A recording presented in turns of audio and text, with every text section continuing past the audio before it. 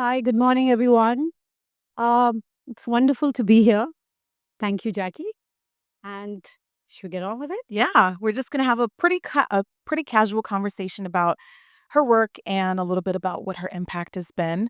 So I'll go right into my first question. You're a celebrated Bollywood actress, and you're also the owner of a cricket team. So tell me what that transition has been like going from actress to businesswoman because they're kind of two totally separate things. Tell me what that journey was like for you. Well, it wasn't the easiest journey, to be honest, because you see, for a woman, cricket is a very macho sport. It's a man's world out there. It was easier to fit in the world of cinema as opposed to fitting in the world of sports. But I think I'd like to rewind and go when I was a little girl. My father, he always told me that Indian girls, when they're little, they're dependent on their fathers. When they are married, they're dependent on their husbands. And when they are older, they're dependent on their sons. So I do not want you to be like that. I want you to be independent. I want you to have a mind of your own. And the only way you can do that is if you are financially independent, you can work. So I always had that mindset that I wanted to work. And it didn't matter if whatever your field is, like I studied criminal psychology and I became an actor. So life is very spontaneous. It's not like you make plans and you say, okay, I want to do this, but you end up doing something else. So I didn't think when I was acting I would ever get into the world of sport.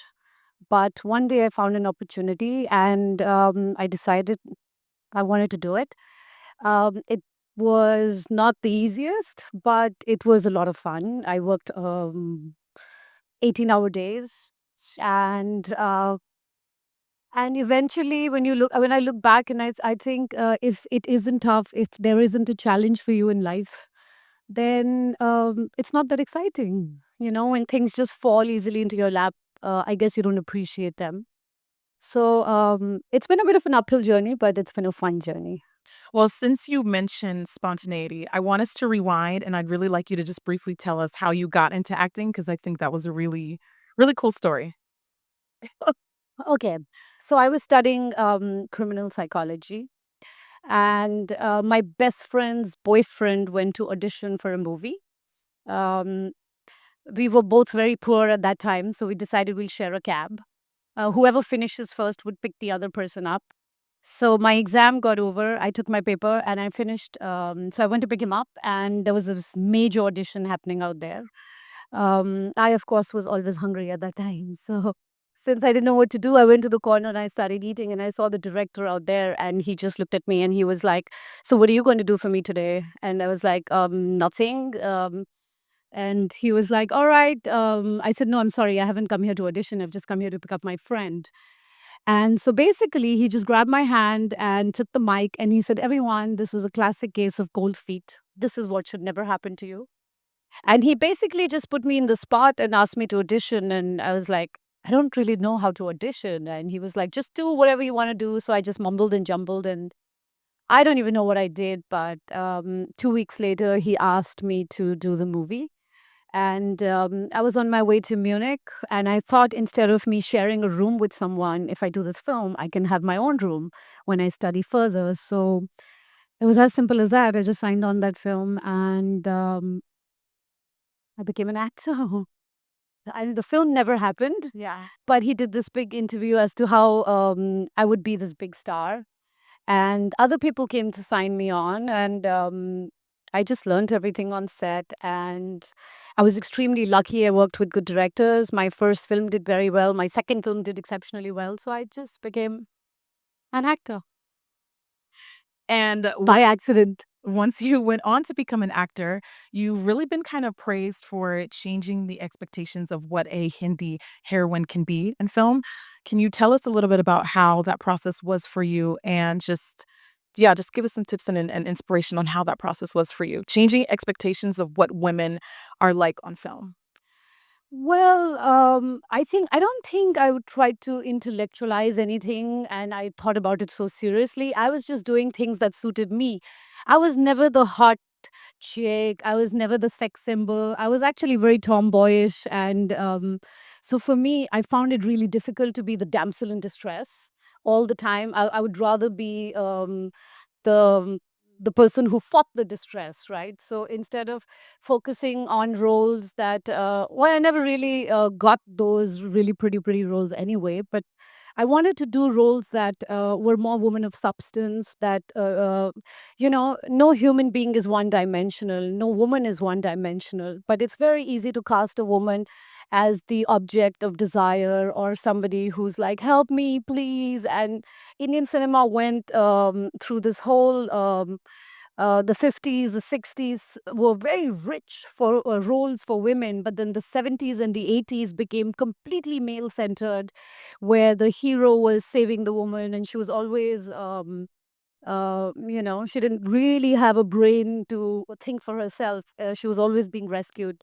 So it just started very simply as me not wanting to be rescued A, and I also wanted to do roles that showed what was happening in society at that point. And my first film was about a teenage pregnancy and unwed mother, and we are a country of now I think 1.25 or I don't know billion people, and yet it was difficult for us to discuss sex.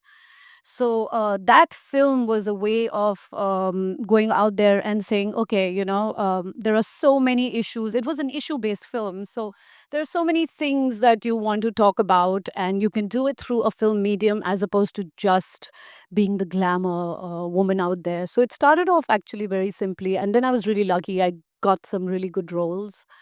And of course, I had to work hard at them. But I was also lucky that I never really got the just stand there and look pretty role. So I was lucky. That's awesome, and do you also feel like because you were given those roles and because for the past couple years, you've been pretty vocal about, like, violence against women and gender biases, can you tell me a little bit about what it was that kind of, like, gave you that voice and allowed you to be so vocal about issues like that, which are often shied away from? Well, I don't think it's particularly me, but I think in general, if you try to go out of the prescribed role for you in life, uh, people usually question it. Of course, in countries that are not very developed, a woman is typically looked at a homemaker. It's very different for people to look at you and say, okay, you can also do a job. I mean, it's different, of course, in America and different other countries, but there are lots of other countries that are not so developed. And for them, it's easier to look at a woman and say, okay, she is in the home, she should be married, she should have kids, and that's her role in life. Anything beyond that, when you try to step out, you get questioned. For example, me being in cricket, it doesn't matter if I work 18-hour days, it doesn't matter if I've been in the business for like 9 or 10 years. I still, when I go out there, a lot of questions I have to deal with are, oh, your hair looks really great today. That's a really nice dress. What about your makeup? So sometimes it's a little exasperating because you're like, after all these years, you still want to ask me those questions. And it's not me in particular. I think every woman goes through that. But it's changing. And, I was the first woman in cricket in India. And now there's so many more women being involved. And I feel great about that. I also think that you always have to do what you want to do. You should not limit, you should not put boundaries around you and say, hey, this is not the role I want to do. It's like, because it doesn't suit me. It's okay to be a square in a hole, or, whatever the terminology is, sorry. Square in a round Oh, hole. in a round hole or whatever it is, sorry. But it's okay. It's okay. As long as you can follow your heart, it's okay. It's okay if people criticize you, as long as you know what you want to do, and people come around eventually. It might not be the easiest thing to do it in the beginning, but people do come around. And you've also been pretty vocal about human trafficking, specifically amongst girls. What do you believe, if anything, there could be done to improve that and to bring awareness to that and help that issue?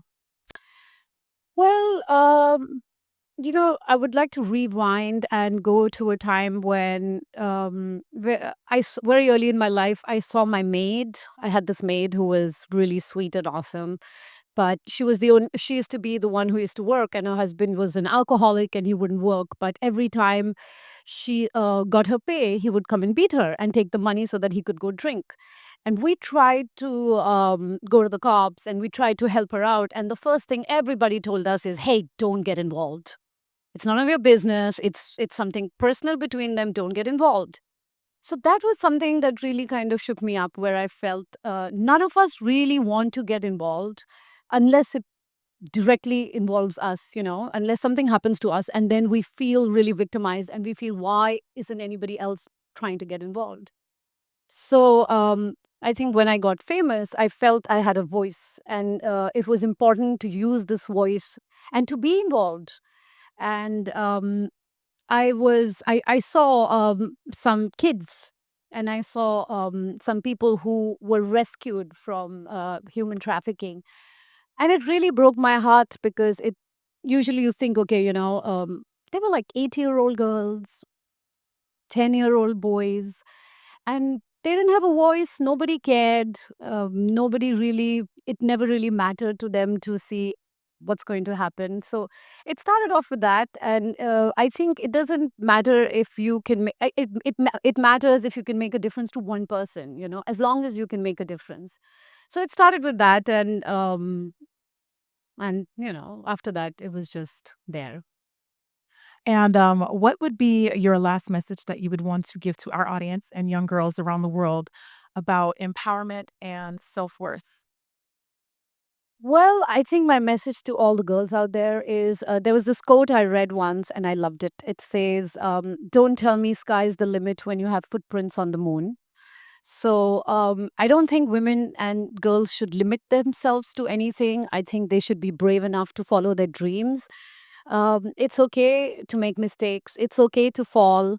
It's What's important is not how hard you fall, but how you get up after you fall. So go out there, follow your dreams. Unless you go and give it a shot, you'll never know where you'll land up. And I think once you decide you want to follow a certain path, even though there might be problems in the beginning and people might say, no, this is not the right thing for you to do. But if they see you're determined, they will support you.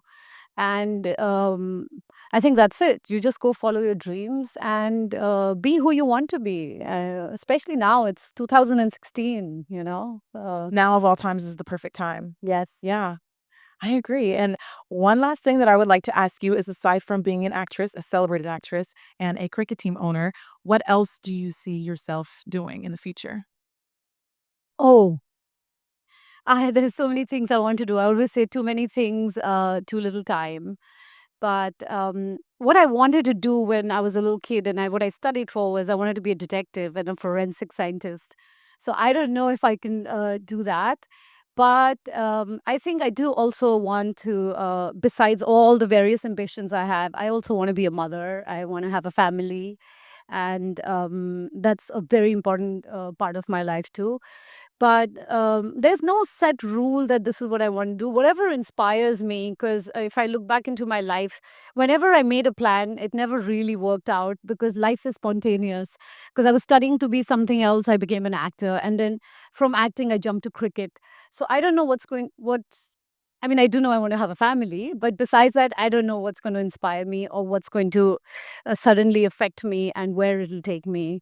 As long as I think you just are, as I said, you follow your heart, you're in a good place. Awesome. Well, that's pretty much all I have. Thank you so much, Preeti, for joining us today. And I hope that you guys enjoy today's panel and enjoy the rest of the summit. Thank